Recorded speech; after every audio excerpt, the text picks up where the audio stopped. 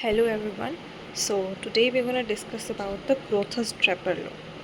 तो इस लॉ को सबसे पहले हमें ग्रोथस ने दिया था थियोरेटिकली एंड एक्सपेरिमेंटली ड्रेपर ने कंफर्म किया था और इस लॉ को फर्स्ट लॉ ऑफ फोटोकेमिस्ट्री भी कहा जाता है। तो इसमें क्या कहा गया है पहले वो समझते हैं। तो जब भी कोई लाइट किसी बॉडी पर गिरती है, when a light falls on a body, तो फिर उसमें से कुछ पार्ट उसका क्या हो जाता है, रिफ्लेक्ट हो जाता है, कुछ पार्ट ट्रांसमिट हो जाता है, मतलब कि उसको पास कर जाता है, एंड कुछ पार्ट जो है उस लाइट का एब्जॉर्ब हो जाता है। ठीक है, और जो एब्जॉर्ब्ड लाइट होती है वो एक इफ़ेक्टिव केमिकल चेंज या केमिकल रिएक्शन कराने में सक्षम होती है। ठीक है, सिर्फ जो एब्जॉर्ब्ड पार्ट है लाइट का वही एक इफ़ेक्टिव केमिकल रिएक्शन करा सकता है। ठीक है, तो यहाँ पे लिखा है when a light falls on a body, a part of it is reflected, a part of it is transmitted and the other part is absorbed. It is the only absorbed light which is effective in bringing about a chemical reaction. समझ में आया? तो ये लो था। तो इससे हमें क्या समझ में आया कि ये तो सिर्फ ये बताता है कि कुछ पार्ट रिफ्लेक्ट हो जाता है, कुछ एब्जॉर्ब हो जाता है और कुछ ट्रांसमिट हो जाता है, और सिर्फ जो एब्जॉर्ब्ड लाइट है वो कोई केमिकल रिएक्शन करा सकती है। ठीक है, सिर्फ एब्जॉर्ब लाइट। उसके बाद वो क्या नहीं बताता वो देखते हैं। तो हमने ऊपर स्टेटमेंट पढ़ ली, क्या कहता है लो, तो above low do not imply that absorb light must always result in chemical reaction.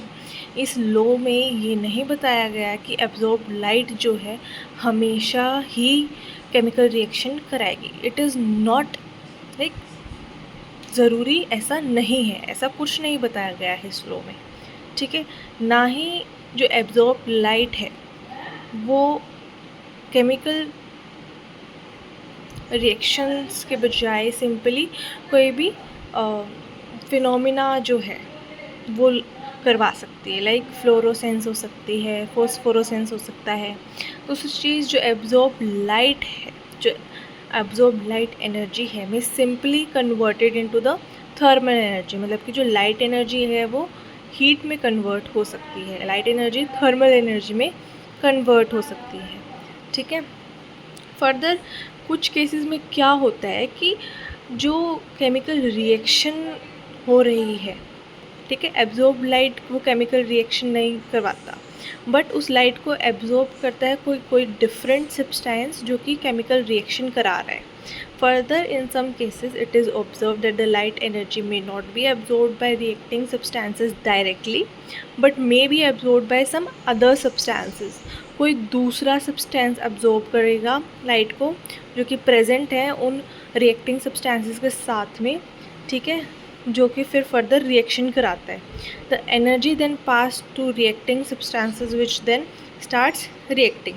ठीक है, तो ये जो चीज़ होती है कि रिएक्टिंग सब्सटेंस के साथ में कोई थर्ड चीज़ प्रेजेंट होती है, थर्ड सब्सटेंस प्रेजेंट होता है जो कि लाइट एब्जॉर्ब करके केमिकल रिएक्शन करा रहा है। तो ये जो चीज़ होती है इसको कहते हैं फोटो सेंसाइटाइजेशन।